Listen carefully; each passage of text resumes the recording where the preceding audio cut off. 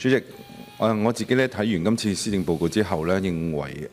當中嘅福利部分呢，其實喺而家唔容易嘅情況下咧，作出呢一方面嘅措施呢，我認為即係局方已經用咗少少嘅改善呢，其實會做到大大嘅改變，係值得肯定嘅。咁當然啦，我個人比較緊張，亦都係一直以嚟我跟開嘅照顧者方面啦，有好多照顧者咧聽到之後咧，都叫我多謝翻局長同埋你嘅團隊啦，因為會有5億嘅恆常性嘅撥款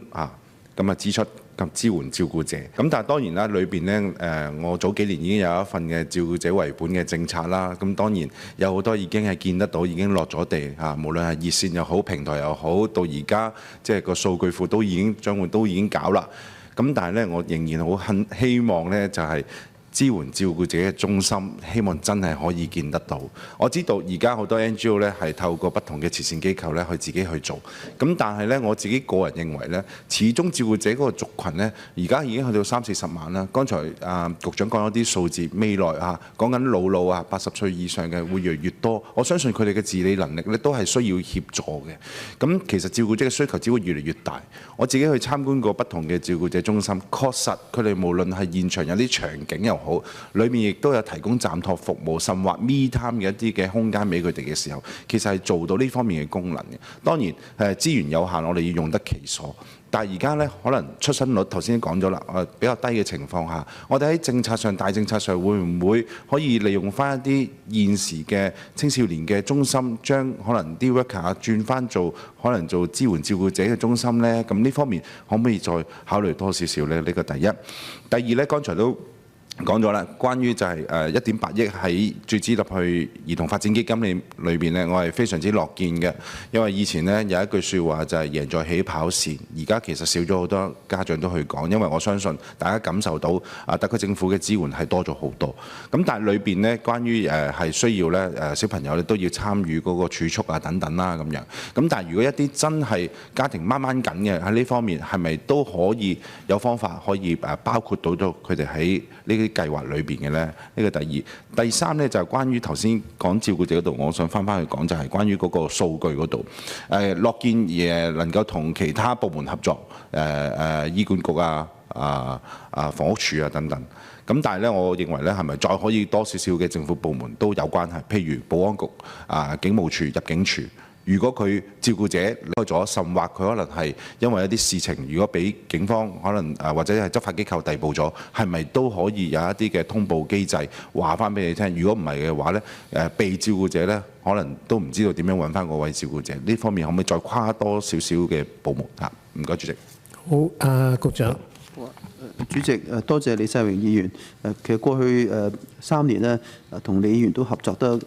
好密切嘅，我哋都喺支援照顧者方面呢，都一齊做咗好多功夫。我都理解呢，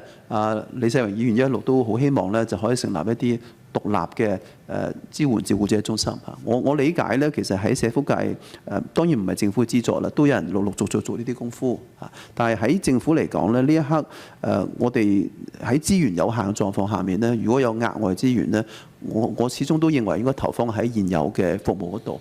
因為我哋嘅睇法呢，照顧者嘅壓力呢，其實係嚟自於被照顧嘅人。譬如我照顧老人家，我照顧殘疾人士，其實佢主要嘅壓力呢，係嚟自於佢要照顧個老人家或者個殘疾人士嘅。如果我哋可以幫佢多啲去減輕佢個老人家或者殘疾人士有啲暫託又好，多啲服務都好咧，佢本身壓力都會舒減。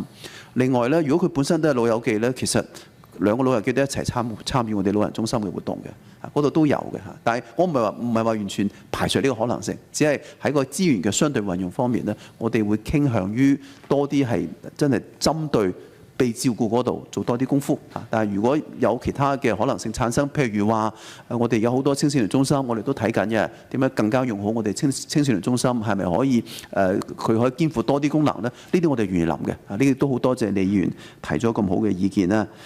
另外呢，就關於嗰個數據嗰個問題，我都想同大家再分享一下。我哋同私隱專員傾嘅時候呢，嗰個數據唔需要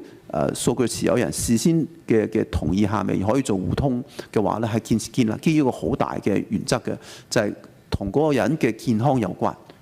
咁但係所以如果咁睇嘅時候呢，如果譬如一啲保安嘅數據、離境嘅數據，我呢一刻聽呢，好難扣得上同佢健康有關。咁我哋就唔可以偏離㗎啦。因為我哋所有嘅互通咧都建基於一個好大嘅原則嘅，就係同私隱專員傾咗之後，就要符合我哋嘅私隱條例。